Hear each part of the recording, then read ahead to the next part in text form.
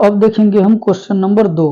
देखिए question number 2 क्या कहता है, दर्शाइए कि कोई भी धनात्मक विषम पूर्णांक 6q + 1, 6q + 3 या 6q + 5 के रूप का होता है जहां q कोई भी पूर्णांक है।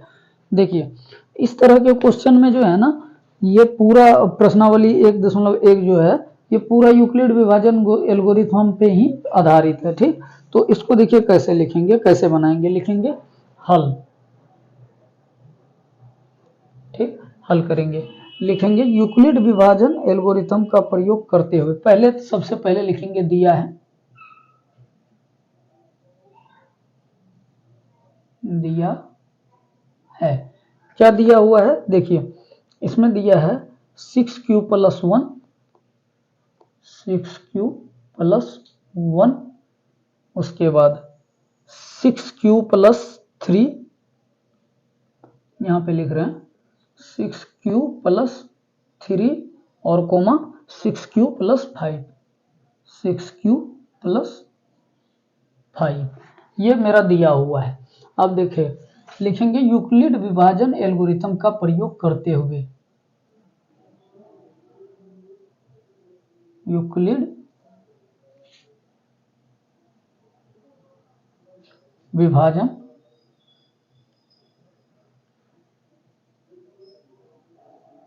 एल्गोरिथम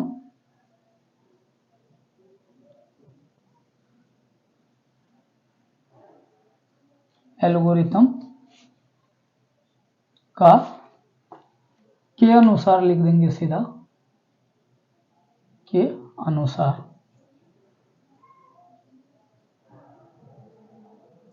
यूक्लिड विभाजन एल्गोरिथम के अनुसार। तो देखिए यूक्लिड विभाजन एल्गोरिथम क्या होता है, a बराबर BQ + R, और ये R जो होता है, R होता है 0 से बड़ा R होता है और B से छोटा होता है, ये होता है यूक्लिड विभाजन एल्गोरिथम।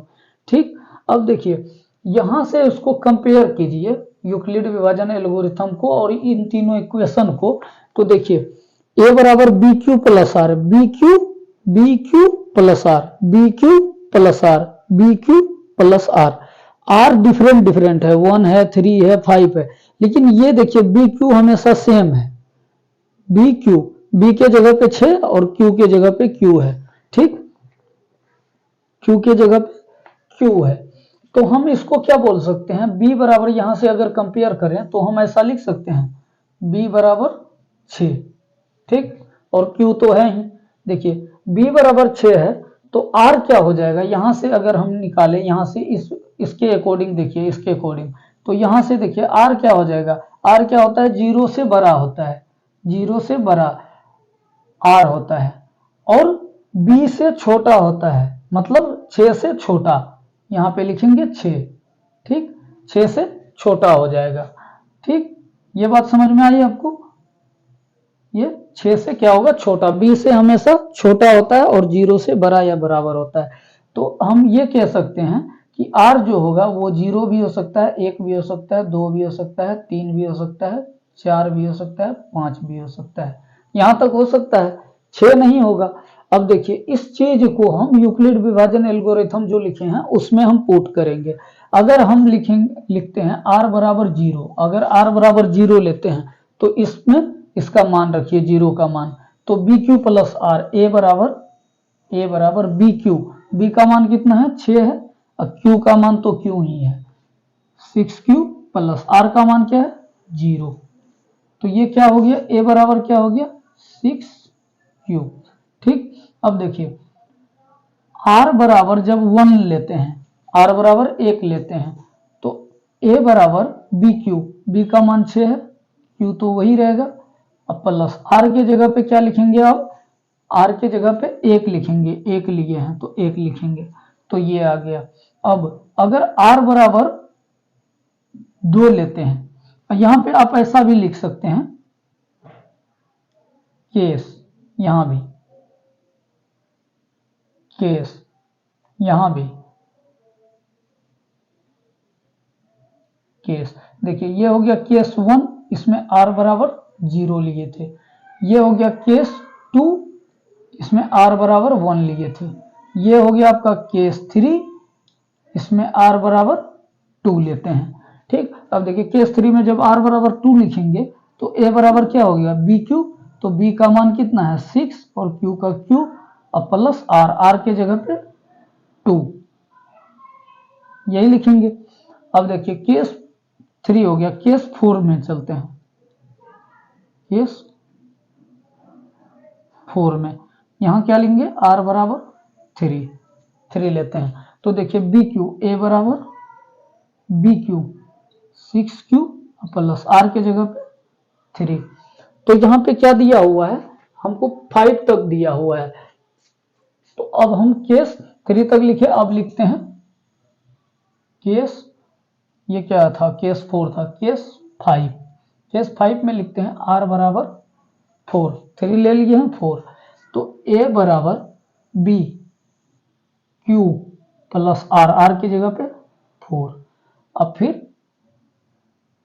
केस 6 लेते हैं। केस 6 में क्या आ जाएगा मेरा r बराबर 5, r बराबर 5। तो अब देखिए a बराबर बी क्यू, बी का मान 6, q प्लस r का मान 5। तो अब देखिए इतना करने के बाद आप यहां देख सकते हैं कि यहां क्या पूछा है, इस ऐसे ऐसे ये तीनों टर्म में हो सकता है। तो यहां देखिए बी क्यू प्लस आर, यहाँ पे 6q प्लस 1, यहाँ से अगर हम देखें तो यहाँ पे क्या आ गया 6q, एक b का मान 6 है, ये 6 है। ठीक, तो 6q प्लस 1 आ गया यहाँ पे, यहाँ देखिए 6q प्लस 3 आ गया और यहाँ पे 6q प्लस 5 आ गया। तो हमें इक्वेशन, इसको एक नाम दे देते हैं, इसका नाम 2 देते हैं और इसका नाम 3 दे देते हैं। तो आप लिख सकते हैं कि इक्वेशन 1 2 3 या समीकरण 1 2 3 से यह स्पष्ट होता है कि कोई भी धनात्मक पूर्णांक के लिए 6q plus 1 6q plus 3 6q plus 5 होता है। यही पूछा है, कोई भी क्या क्या बोला है, दर्शाइए कि कोई भी धनात्मक पूर्णांक कितना के रूप में होता है। तो लिखेंगे समीकरण 1 2 तथा 3 से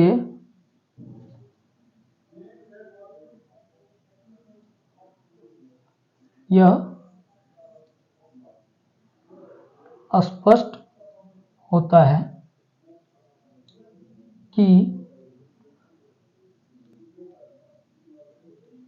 कोई भी धनात्मक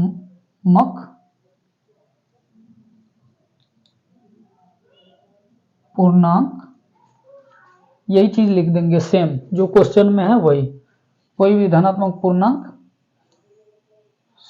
6q plus 1 6q plus 3 6q plus 5 के रूप का होता है। ठीक, आप नीचे लिख लीजिएगा होता है।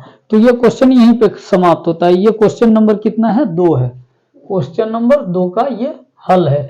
पहले लिखेंगे यूक्लिड विभाजन एल्गोरिथम के अनुसार, यूक्लिड विभाजन एल्गोरिथम ये होता है, उससे हम r को डिफाइन करेंगे।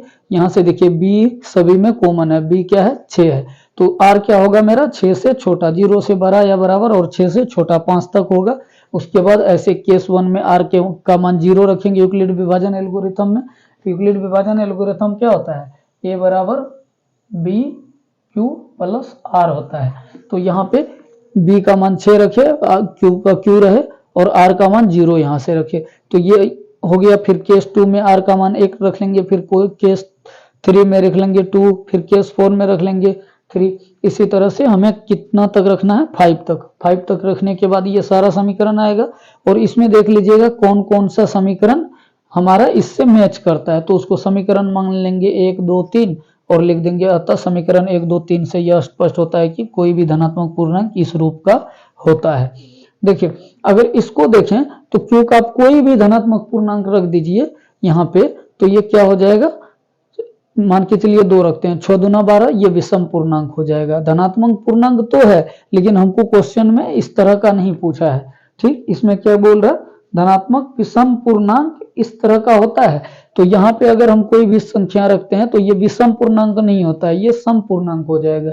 तो इसलिए इसको छोड़ देते हैं। विषम कौन सा होता है, ये होता है। यहाँ पे आप q का कोई भी मान रखिए तो ये विषम संख्या निकल के आएगा। अगर 1 रखते हैं तो 6 गुना 1 6 और 6 1 7, तो 7 क्या है, एक विषम पूर्णांक है। तो इस तरह से ये क्वेश्चन नंबर 2 यहीं पे खत्म होता है। अब हम अगली करते हैं क्वेश्चन नंबर 3।